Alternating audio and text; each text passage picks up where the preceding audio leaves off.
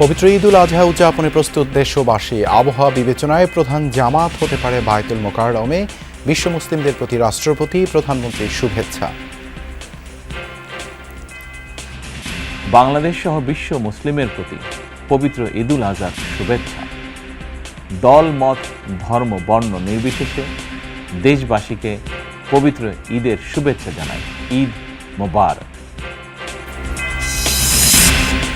বৃষ্টি আর পথের ভোগান্তি সঙ্গী করে শেষ দিনে ঘরমুখ মানুষ। শেষ মুহূর্তে ক্রেতা সংকট। রাজধানীর পশুর হাটে অবিক্রিত গরু নিয়ে দুশ্চিন্তায় ব্যাপারীরা।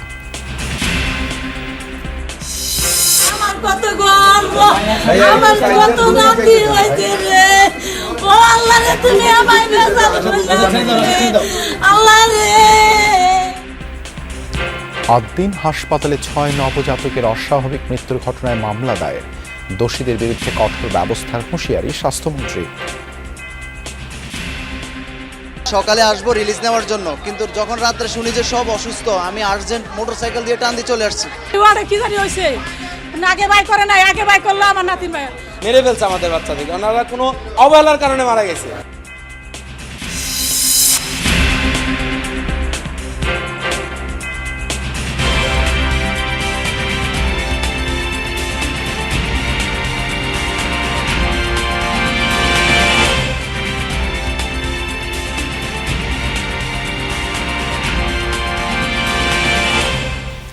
আমন্ত্রণ যমুনা নিউজের সঙ্গে আছি দেবাশিস রঞ্জন সরকার।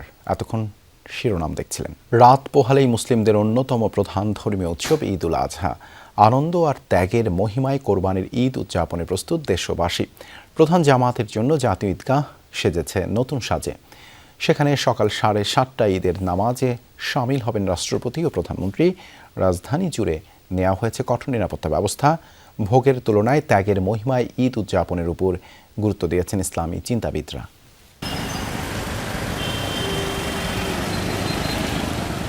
মেঘ বৃষ্টির আনাগোনার মাঝে এবারের ঈদ। আবহাওয়ার এমন অনিশ্চিত পরিস্থিতিতেও থেমে নেই উদযাপন। জাতীয় ঈদগাহ ঘিরে অনাড়ম্বরভাবে সেজেছে রাজধানী। শোভা পাচ্ছে নানা রঙের পতাকা। এরই মাঝে ঈদের প্রস্তুতি সেরে নিয়েছে নগরবাসী। মনের ভিতর যে পশুত্ব আছে সেটাকে আমরা ত্যাগ করতে পারি, কুরবানি করতে পারি। সবাই যাতে আনন্দের সাথে তাদের ঈদ উদযাপন করে আর সবাই তার ফ্যামিলির সাথে হ্যাপি থাকে। আমরা সবাই যেন সুস্থভাবে নিরাপত্তার সাথে ঈদ করতে পারি, এটা আমাদের চাওয়া। প্রধান জামাতের জন্য প্রস্তুত জাতীয় ঈদগাহ। এখানে রাষ্ট্রপতি, প্রধানমন্ত্রী, মন্ত্রিপরিষদের সদস্যসহ নামাজে শরিক হতে পারবেন 35,000-এর মতো মুসল্লি। থাকছে নারীদের জন্য আলাদা নামাজ পড়ার ব্যবস্থা। বৈরী আবহাওয়ার কথা মাথায় রেখে বাড়তি ব্যবস্থা নেওয়া হয়েছে। তবে বড় কোনো দুর্যোগ হলে জাতীয় ঈদগাহর পরিবর্তে বিকল্প হিসেবে থাকছে জাতীয় মসজিদ বায়তুল মোকাররম। আল্লাহ আমাদের সহায় হবেন। বৃষ্টিতে আপনারা দেখেছেন ভিতরে কোনো ক্ষতি হবে না, কিছুই হবে না। বৃষ্টি হলেও আমরা এখানে নামাজ পড়াতে পারবো, কাজে এখানে কোনো অসুবিধা হবে না। ঈদের জামাত অনুষ্ঠিত হবে সকাল 7:30 এই ঈদগাহ ময়দানে পুরুষ এবং মহিলা সহ মোট 35,000 মুসল্লিদের বসার ব্যবস্থা করা হয়েছে। জাতীয় ঈদগাহ সহ রাজধানীর 1700-এর বেশি স্থানে ঈদের জামাত অনুষ্ঠিত হবে। নিরাপত্তা সহ যে কোনো নাশকতা প্রতিরোধে নেওয়া হয়েছে কঠোর ব্যবস্থা। ঈদগাহ ঘিরে 1,500 পুলিশ সদস্যের পাশাপাশি থাকছে র্যাব, সোয়াত সহ আইনশৃঙ্খলা বাহিনীর 6 স্তরের নিরাপত্তা ব্যবস্থা। আর রাজধানীর নিরাপত্তায় মোতায়েন থাকবে 15,000 পুলিশ। ফাঁকা বাসাবাড়ি এবং বাণিজ্যিক এলাকার জন্য আমরা আলাদা নিরাপত্তা ব্যবস্থা প্রণয়ন করেছি। মোবাইল পেট্রোল, ফুড পেট্রোল ও মোটরসাইকেল পেট্রোল জোরদার করেছি। সিসিটিভির মাধ্যমে পরিস্থিতি পর্যবেক্ষণ করা হচ্ছে। গুরুত্বপূর্ণ স্থানে চেকপয়েন্ট স্থাপন করা হচ্ছে। কোরবানির মাধ্যমে ঈদ যেন শুধু আনুষ্ঠানিকতা না হয়, গরিব দুঃখীরা যেন ভাগিদার হয়, সেদিকে নজর দিতে বলেছেন ইসলামী চিন্তাবিদরা। শুধু লোক দেখানোর জন্যে বড় বড় গরু কোরবানি দিলাম, সেখানে যদি খলুসিয়ত না থাকে, সেখানে যদি আমার নিষ্ঠা না থাকে, নির্ভেজাল আল্লাহর সন্তুষ্টি অর্জনের সেই নিয়তটা এড়ালে না থাকে, তাহলে সেই কোরবানিতে আমাদের খুব একটা কল্যাণ হবে না। কোরবানির চেতনা ধনী গরিব সবাইকে এক কাতারে নিয়ে আসে। সেই চেতনা হোক সংকট দূর করে ঐক্যবদ্ধ বাংলাদেশ নির্মাণের শক্তি। আলমগীর স্বপন, যমুনা নিউজ, ঢাকা। বাংলাদেশ সহ বিশ্বের সকল মুসলিমের প্রতি পবিত্র ঈদুল আজহার শুভেচ্ছা জানিয়েছেন রাষ্ট্রপতি মোহাম্মদ শাহাবুদ্দিন ও প্রধানমন্ত্রী তারেক রহমান। প্রধানমন্ত্রী তার শুভেচ্ছা বার্তায় বলেন, ত্যাগের পরাকাষ্ঠা, তাকওয়ার মহিমান্বিত পথ নির্দেশনা এবং আত্মশুদ্ধির অনন্য বার্তা নিয়ে বছর ঘুরে বিশ্ব মুসলিমদের দুয়ারে আবারও হাজির পবিত্র ঈদুল আজহা। বলেন, কোরবানি শুধু পশু জবাই নয়, বরং লোভ, লালসা, হিংসা, বিদ্বেষ আর মনের পশুত্বকে পরাভূত করার দীক্ষা গ্রহণের মধ্যেই নিহিত রয়েছে কোরবানির মাহাত্ম্য ও তাৎপর্য।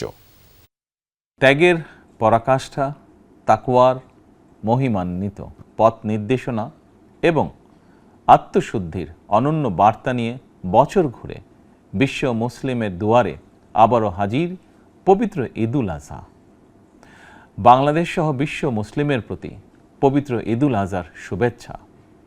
দল, মত, ধর্ম, বর্ণ নির্বিশেষে দেশবাসীকে পবিত্র ঈদের শুভেচ্ছা জানাই। ঈদ মোবারক।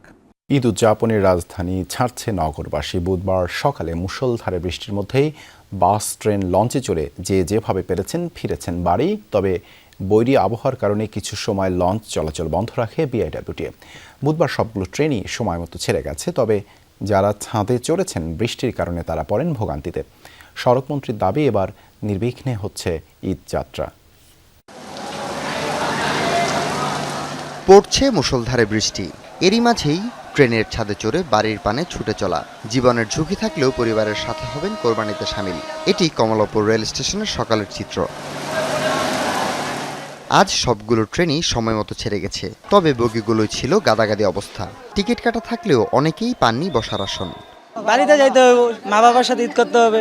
টিকিট কাটতে অনেক ঝামেলা, মনে করেন 7টা টিকিট কাটলে 2টা সিট দেয়, তারপরে কি করুন, কষ্ট করে যাওয়া লাগে।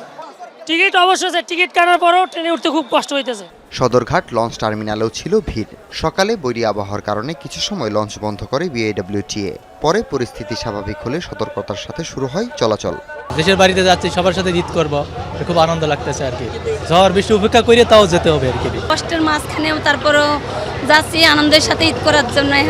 ঈদ যাত্রা ও সার্বিক নিরাপত্তা পরিস্থিতি পর্যবেক্ষণ করতে সদরঘাট লঞ্চ টার্মিনাল পরিদর্শন করেছেন নৌ পরিবহন প্রতিমন্ত্রী মোহাম্মদ রাজীব আহসান। এ সময় ফেরার পথে যাত্রী, প্রশাসন ও লঞ্চ মালিকদের সতর্ক থাকার নির্দেশনা দেন প্রতিমন্ত্রী। বাস টার্মিনালগুলো অন্যান্য দিনের তুলনায় যাত্রীচাপ কিছুটা কম। যাত্রীদের মুখে বাড়তি ভাড়া আদায়ের অভিযোগ থাকলেও নেই বাসের সংকট। ভাড়া একটু কম্পারেটিভলি বেশি, রেগুলার টাইমের থেকে অলমোস্ট 1.5 গুণ ভাড়া নিচ্ছে। আগে আমি 650 টাকা করে, নর্মাল দিনে 650 যেতাম, কিন্তু যে ঈদের সময় তখন 850 টাকা যেতাম, কিন্তু আবার অনলাইনে কাটছে 950 টাকা পড়ছে। মহাখালী বাস টার্মিনাল পরিদর্শন করেছেন সড়ক পরিবহন ও সেতুমন্ত্রী শেখ রবিউল আলম। তার দাবি, বাড়তি ভাড়া নেওয়ার প্রবণতা রাতারাতি দূর করা যাবে না। অভিযোগের তাৎক্ষণিক ব্যবস্থা নেওয়া হচ্ছে। সবাই চায় ঈদকে পুঁজি করে, এখন যাত্রীর চাপ আছে, সেখানে কিছু বেশি নেওয়া যায় কিনা এই প্রবণতা তো এজেনেশন আমাদের আছে, কিন্তু যেখানে আমরা অভিযোগ পাচ্ছি সেখানে ব্যবস্থা নিচ্ছি। বাস টার্মিনাল থেকে বেরিয়ে রাজধানী ছেড়ে যাওয়া পয়েন্টগুলোই দেখা গেছে যানজট। হাসিবুল করিম, বিজয়, যমুনা নিউজ, ঢাকা। রাজধানীর পশুর হাটগুলোতে বুধবার দুপুরের পর থেকে ক্রেতার কিছুটা কম উপস্থিতি। সন্ধ্যায় কিছু হাটে উপস্থিতি বাড়লেও রাতে বেশিরভাগ হাট ক্রেতা শূন্য হয়ে পড়ে। পশুর যোগান যথেষ্ট, শেষ মুহূর্তের দাম নিয়ে ক্রেতা ও ব্যাপারীদের মাঝে চলে দরাদরি। অনেকেই অবিক্রিত পশু ফিরিয়ে নিয়ে যাচ্ছেন। সন্ধ্যা নামার সাথে সাথে ক্রেতা বিক্রেতার পদচারণায় সরগরম হয়ে ওঠে রাজধানীর পশুর হাটগুলো। চাঁদরাত হওয়ায় বেড়েছে বেচাকেনাও। দিনভর ধীর গতির বেচাকেনা বাড়ে রাতে, সেই সাথে ক্রেতাদের ভিড়ও। শেষ মুহূর্তে পছন্দের পশু কিনতে হাটে আসছেন অনেকে। কেউ বাজেটের মধ্যে ভালো গরু খুঁজছেন, কেউ আবার অপেক্ষায় দাম আরও কিছুটা কমার। আজকে বাজার খুব সস্তা, গতকাল অনেক দাম ছিল। গতকালকে আরেকটু ভালো ছিল দাম, পাইকারদের জন্য ভালো ছিল, আমাদের জন্য ভালো ছিল। আমিও শুনে আসছি বাসা থেকে যে একটু কমছে, এই জন্যই আসছি, দেখি। গতকাল বৃষ্টিতে হওয়াতে করে হস্ত হয়ে গেছে, সকালে পানির দাম ছিল। ব্যাপারীরা বলছেন, আগের দিন তুলনামূলক বেশি সংখ্যক পশু বিক্রি হলেও আজ বৃষ্টি আর কাদার কারণে ক্রেতা কম, আর পড়ন্ত বাজার দর, তাই লোকসানের শঙ্কা। চারটা আছে, যে দাম করে অনেক লস হয়, আর বিক্রি করবো না, নিয়ে যাবো। এই গরুর দাম বলতেছে 45-50। আপনি চাইছিলেন 60,000 চাইছি লাস্ট আরো 2,000 কম চাই, তাও চাইছেন। এবারের আলোচিত বিশাল দেহি গরু বগুড়ার ডনও অবিকৃত রয়ে গেছে। প্রথম দিকে 10-12 লাখ টাকা দাম হাঁকলেও এখন 7 লাখেও ক্রেতা নেই। 8 লক্ষ টাকা পর্যন্ত দাম বলছিল, এখন 5.5 লক্ষ টাকা পর্যন্ত দাম বলে। আমি 7 লক্ষ টাকা এখন দাম চেয়েছি। কারো কারো অভিযোগ শেষ মুহূর্তেও দাম ধরে রাখছেন কোনো কোনো ব্যাপারী। তবে সবকিছু ছাপিয়ে স্বস্তির আভাস মিলেছে অধিকাংশ ক্রেতার কণ্ঠে। গতবারের তুলনায় অনেকটাই সস্তা আছে, গতবার যেভাবে ছিল তার চেয়ে কম। অনেকে ছাড়তেছে না, ওই অল্প কিছু গরু আছে হয়তো এটা রিটার্ন নিয়ে যাবে, বা ফার্মের গরু আছে ফার্মে নিয়ে যাবে। বিক্রেতারা বলছেন এবার গোখাদ্য, পরিবহন ও পরিচর্যার খরচ বেড়ে যাওয়ায় পশু লালন পালনের ব্যয় বেড়েছে। শেষ মুহূর্তে খরচটুকু তুলতেই ছাড় দিচ্ছেন কেউ কেউ। আজকে তা গতকালকের তুলনায় অনেক বাজার খারাপ, তো আমরা আশা করছিলাম তো বাজারে যদি এরকম পানি না জমতো তাহলে আমরা শান্তিপূর্ণভাবে আর কি গরুগুলো বিক্রি করতে পারতাম। 1.5 লাখের গরু হইলেও আইসা কয় 70,000 দিবে, 50,000 দিবে, আর এগুলোকে কোনো কথাই কওয়া যায় না। মনে হয় যে হেরা আমাকে এখন উল্টেই আবল তাবল কয়। রাত পোহালেই ঈদ, শেষ মুহূর্তে রাজধানীর পশুর হাটগুলোতে সারা রাতি চলবে বেচাকেনা। শওকত মঞ্জুর শান্ত, যমুনা নিউজ, ঢাকা। রাজধানীর আফতাবনগর পশুর হাট থেকে যোগ দিচ্ছেন সহকর্মী রাজীব আহমেদ। রাজীব, এই শেষ রাতে হাটে কি ক্রেতা সমাগম রয়েছে? পশুর যোগান কতটা দেখছেন? আমি এই মুহূর্তে রয়েছি আফতাবনগর গরুর হাটে। এখানে বলতে গেলে তেমন গরুর সংখ্যা অনেকটাই কম এবং ক্রেতা সমাগম অনেকটা কম। তারা বলছেন যে আজকে ঈদের শেষ রাতে যারা যারা গরু কেনার মতো তারা অনেকেই গরু কিনে ফেলছেন, কিন্তু এই হাটে তেমন গরুর উপস্থিতি নেই এবং ক্রেতাও ততটা সমাগম নেই। কারণ যারা যারা বলছেন যারা গরু কিনার তারা গরু কিনে ফেলছেন, কিন্তু আমরা আবার অনেক গরু ট্রাকে করে আমরা ফেরত নিয়ে যেতেও দেখেছি। তারা বলছেন যে গরুর দাম কম হওয়াতে অনেকে গরু ফেরত নিয়ে নিজ এলাকায় চলে যাচ্ছেন। আবার ক্রেতা যারা তারা বলছেন যে শেষ সময় গরুর উপস্থিতি কম বিদায় গরুর দাম তারা বেশি চাচ্ছেন আর কি। পাল্টাপাল্টি যে একটা অভিযোগ, ঠিক আছে, সেটা দুজনের ক্রেতা এবং বিক্রেতা দুজনের মাঝেই দেখা দিয়েছে।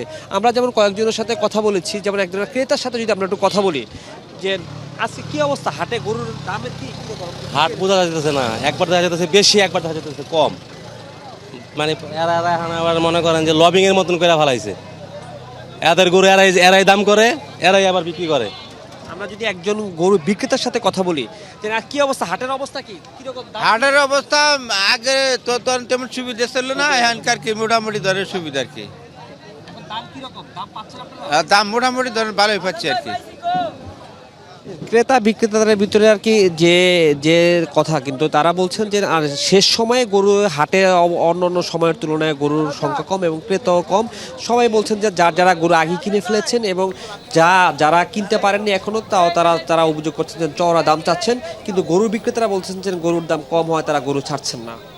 দেবাশিস, ধন্যবাদ রাজীব যুক্ত হবার জন্য। রাজধানীর আদ্দিন হাসপাতালের অস্বাভাবিক মৃত্যুর পর 6 নবজাতকের মরদেহ পরিবারের কাছে হস্তান্তর করা হয়েছে।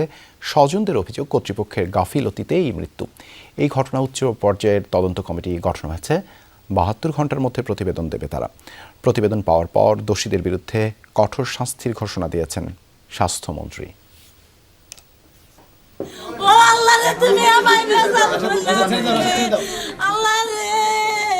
একটি সন্তান পৃথিবীতে একা আসে না, সাথে থাকে কত মানুষের স্বপ্ন। সেই স্বপ্নকে পরম যত্নে আগলে রেখেছেন বাবা, যেন ঘুমিয়ে আছে। কিন্তু প্রিয় সন্তান আর জেগে উঠবে না, এটা জেনেও পিতার চোখে মুখে এক রাশ অবিশ্বাস। এই মানুষটি প্রথমবারের মতো বাবা হয়েছেন, কিন্তু শিশুটিকে বাঁচিয়ে রাখতে পারলেন না। এমন 6 নবজাতকের আকস্মিক মৃত্যুতে মগবাজারের আদ্দিন হাসপাতাল জুড়ে শোকাবহ পরিবেশ। সকালে আসবো রিলিজ নেওয়ার জন্য, কিন্তু যখন রাত্রে শুনি যে সব অসুস্থ, আমি আর্জেন্ট মোটরসাইকেল দিয়ে টান দিয়ে চলে আসছি। আসার পরে দেখি আমার বেবির অবস্থা খুবই খারাপ। রাতে আইসা আমি কুলে নিলাম সুস্থ, আমায় তো ভিতরে যাইতে দেয় না। পরে আমি মারে বইলে বললাম যে আমাকে বাচ্চাটা আমার কুলে নিতে মন চাইতেছে, একটু আসো। পরে আমি আইসা কুলে নিলাম, আমার সাথে আস্তে আস্তে কি সুন্দর। আমাদের এই বাচ্চা মারা গেছে, এখন এরা আমাকে মেরে ফেলছে আমাদের বাচ্চাদেরকে, ওনারা কোনো অবহেলার কারণে মারা গেছে। হাসপাতালের পোস্ট অপারেটিভ ওয়ার্ডে ভালোই ছিল নবজাতকগুলো, এমন দাবি স্বজন ও হাসপাতালের। তবে কি থেকে কি হয়ে গেল তা বুঝেই উঠতে পারছেন না কেউ।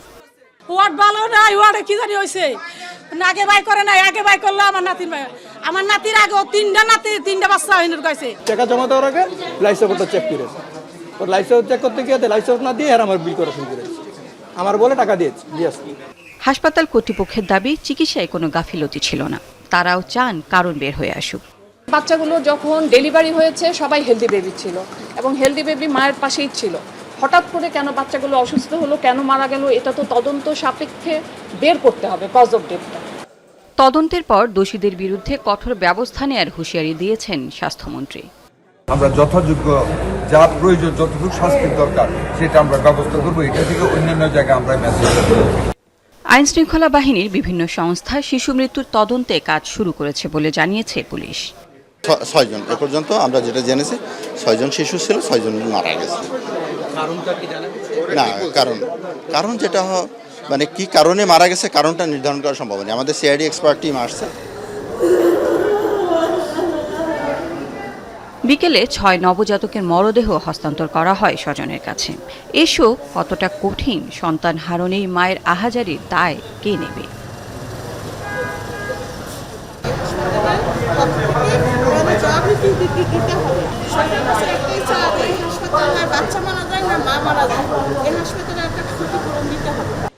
ঘটনা খতিয়ে দেখতে বিকেলে তদন্ত কমিটি হাসপাতাল পরিদর্শনে যায়। নথিপত্র যাচাই ও শিশু ওয়ার্ডটি ঘুরে দেখেন।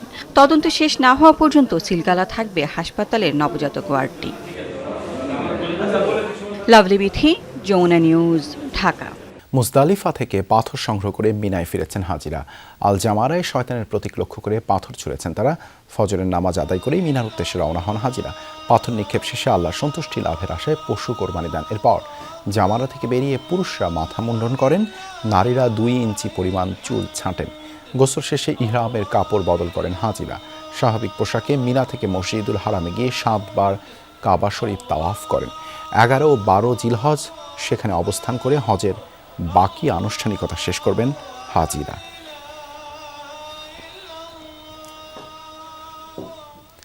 ইরান আত্মসমর্পণ করলেও মার্কিন গণমাধ্যমগুলো সেটিকে যুক্তরাষ্ট্রের বিরুদ্ধে ইরানের অসাধারণ বিজয় আখ্যা দেবে। মঙ্গলবার ট্রুথ সোশ্যালের এক পোস্টে গণমাধ্যমগুলোকে কটাক্ষ করেই এই মন্তব্য করেন মার্কিন প্রেসিডেন্ট ডোনাল্ড ট্রাম্প। পোস্টে তিনি লেখেন, ভবিষ্যতে ইরান যদি স্বীকারও করে তাদের নৌবাহিনী তলিয়ে গেছে, বিমান বাহিনী আর কার্যকর নেই, আর সামরিক বাহিনী অস্ত্র ফেলে হাত উঁচু করে তেহরান ছাড়তে বাধ্য হয়, তবুও কোনো লাভ হবে না। এমনকি ইরান সাদা পতাকা উড়িয়ে আত্মসমর্পণ করলেও তা মানতে রাজি হবে না নিউ ইয়র্ক টাইমস আর ওয়াল স্ট্রিট জার্নালের মতো গণমাধ্যমগুলো। ডেমোক্র্যাট পার্টি আর গণমাধ্যম উভয়ই পথ হারিয়েছেন বলে কটাক্ষ তার।